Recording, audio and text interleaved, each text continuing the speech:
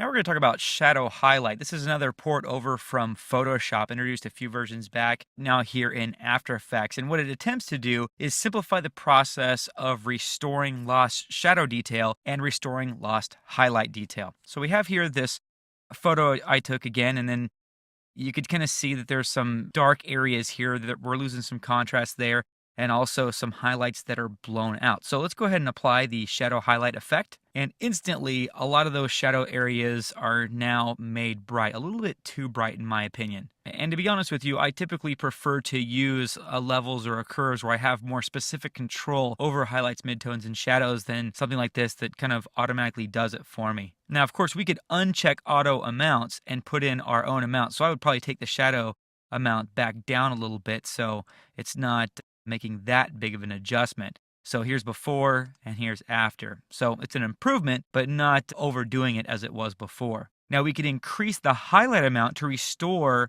lost data here in the highlight areas that were blown out.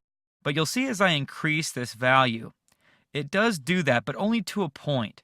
From my experience with Photoshop and After Effects, they both do a better job of restoring lost data in the shadow areas than they do with the highlight areas. So if you were to actually right now go through my photo library, you would see a lot of images like this, maybe not this dark, but a little bit on the darker side rather than on the lighter side. I really don't want to have blown out highlights because it's so hard to restore that information when you go to edit it or use it somewhere else. Now we also have this more options area here where we can really go in and fine tune our shadow highlight adjustments. Now when I check auto amounts, we get this temporal smoothing area here. And basically this is kind of like the change color and change to color effects. Basically it's going to process each frame individually. And so to make sure that there's not any big jumps in luminance that might cause kind of like a luminance flickering effect, we can increase temporal smoothing so that from frame to frame, we have a more smooth effect. And then if you want, you could turn on scene detect once you've increased temporal smoothing so that if it detects a cut in your video, it won't try to smooth the luminance over the cut.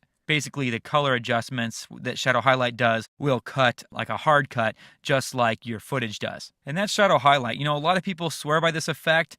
I'm not the biggest fan. I prefer to have more direct control. I think levels and curves and their interfaces are more hands-on and intuitive. But if this is your deal and you like it, then go for it. Don't let me stop you.